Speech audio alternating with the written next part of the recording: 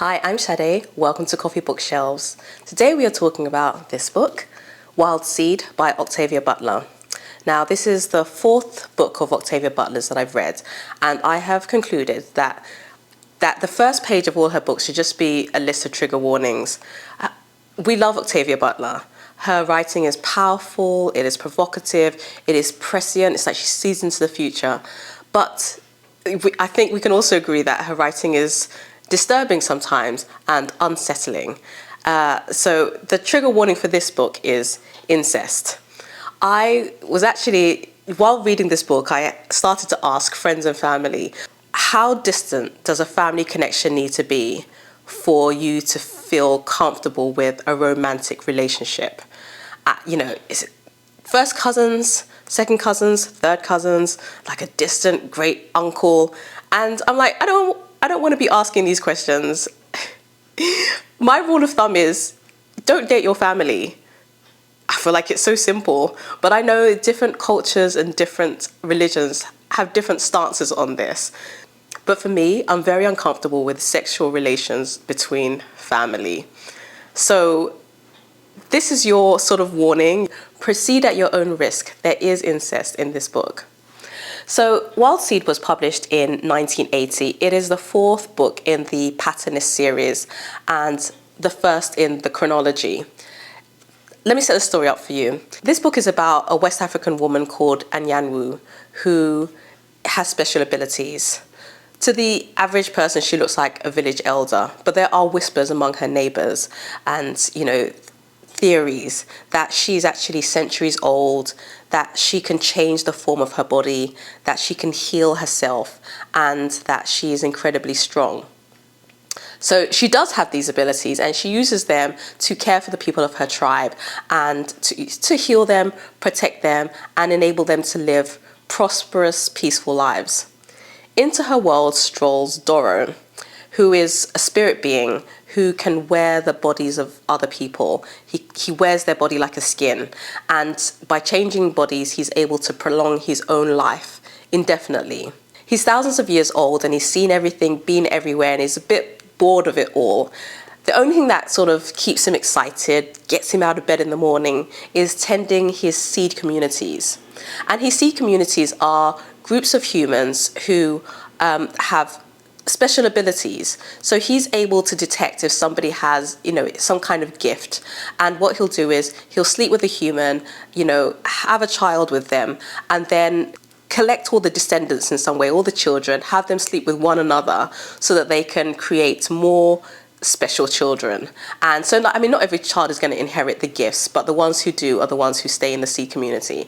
And they keep on concentrating and strengthening the abilities of each generation. So they can do things like, read minds, telekinesis, super strength.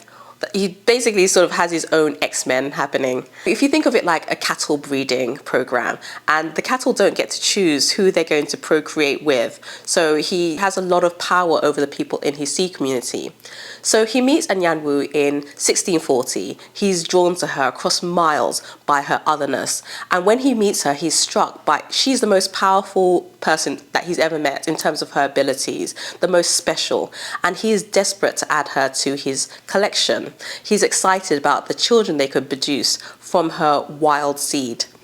She's also, probably immortal. She's been alive for 300 years. He's been alive for thousands of years. But this is a person who he could potentially keep with him for the rest of his existence. So that's quite exciting to him too. So their relationship spans continents, it spans centuries over the course of the Patternist series. It changes the trajectory of the human race. The story is epic, it is imaginative. The writing is crisp, visual, transportive. However, this was a really hard book for me. I didn't enjoy it, and it wasn't just the incest. I feel like this book, at its essence, is about slavery and exploitation. There's obvious slavery. It takes place in the late 1600s, so the transatlantic slave trade is running full speed. But there's also the fact that Doro, in addition to his other flaws, is also a slave trader. And then there's the people in his community who are basically enslaved by him because they don't have autonomy over their lives. So over the chapters, you just kind of discover that he is, in addition to all his, traveling and wisdom over the years, he's kind of your basic off-the-shelf abuser. He sees this powerful woman, Anyanwu, and he is fixated on how to control her, exploit her, leverage her for his own gain, and discard her when he doesn't need her any longer. I'm going to read an excerpt just to exemplify his need for dominance. You have me, do I? As much as any man could. That stopped him. There was no challenge in her voice, but he realized at once she was not telling him she was all his property. She was saying only that he had whatever small part of herself she reserved for her men. She was not used to men who could demand more. Though she came from a culture in which wives literally belonged to their husbands, she had power, and her power had made her independent, accustomed to being her own person. She did not yet realize that she had walked away from that independence when she walked away from her people with him. Let's go on, he said, but she did not move. You have something to tell me, she said. He sighed. Your children are safe, Anyanwu, for the moment. She turned and led on. Doro followed, thinking that he had better get her with a new child as quickly as he could. Her independence would vanish without a struggle. She would do whatever he asked then to keep her child safe. She was too valuable to kill, and if he abducted any of her descendants, she would no doubt goad him into killing her. But once she was isolated in America with an infant to care for, she would learn submissiveness. Right? So he can't accept her as a strong, independent woman. He's like, I've got to find a way to keep her under my thumb. And that whole thing of knocking a woman up so she's barefoot and in the kitchen kind of thing, isolated from everybody, is the template that he's following. He's basically a pimp, right? He takes her, diminishes her sexual autonomy because he adds her to this breeding program. Meanwhile, Anyanwu is this radical character. She's powerful, but she's unproblematic, and she's peaceful and kind and nurturing. She doesn't have an issue with living alongside less powerful people. She doesn't feel the need to dominate them. So I really liked being in her perspective, and I really disliked being in Doro's. And I dislike the fact that, all this power that she has and these abilities, she's forced to wield all of her wits and her skills and her strength to try to free herself from this spirit being who is dead set on possessing her. There's a point in the book where a character suggests that she just try to sort of acclimatize and stay with Doro. And his reasoning really made my head hot.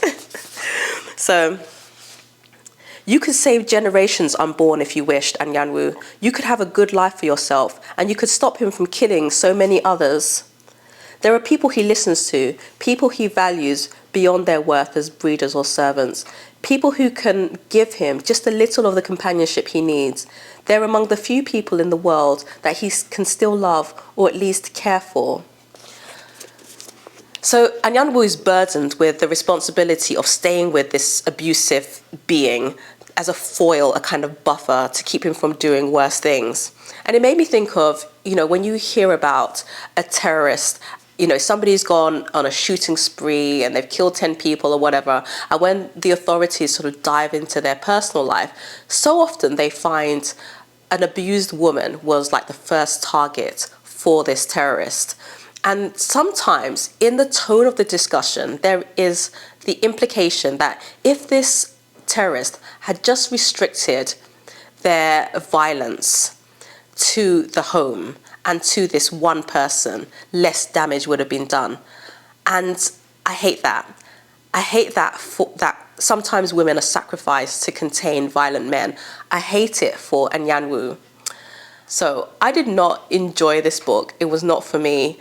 I can't imagine, Sade hated this Octavia Butler book in Black History Month. I can't believe she's saying this. But it is a remarkable book. The scale of it, the creativity, the skillful execution. That's why I'm, reviewing it. I think that people should read this, and I think this book is for other people. It makes you think and it makes you feel something, and that's what good art should do. But personally, I'm really not in the mood to read about abusive relationships or get in the mind of a psychopath and his motivations. I posted this thought on Blue Sky. I was reading a book by a black author and I'd read up to chapter 7 and I skipped to the last chapter because I wanted to see if the sort of sense of trauma continued all the way through the book, and it did. And the question I posted was, why can't black readers have soft things too sometimes? And there was a parallel discussion happening, not directed at me, but just writers discussing, and they were noting that they felt like readers were avoiding harder topics, darker topics, and they were saying that, you know, if you want light and butterflies, then why don't you just read a cozy book or a romance book?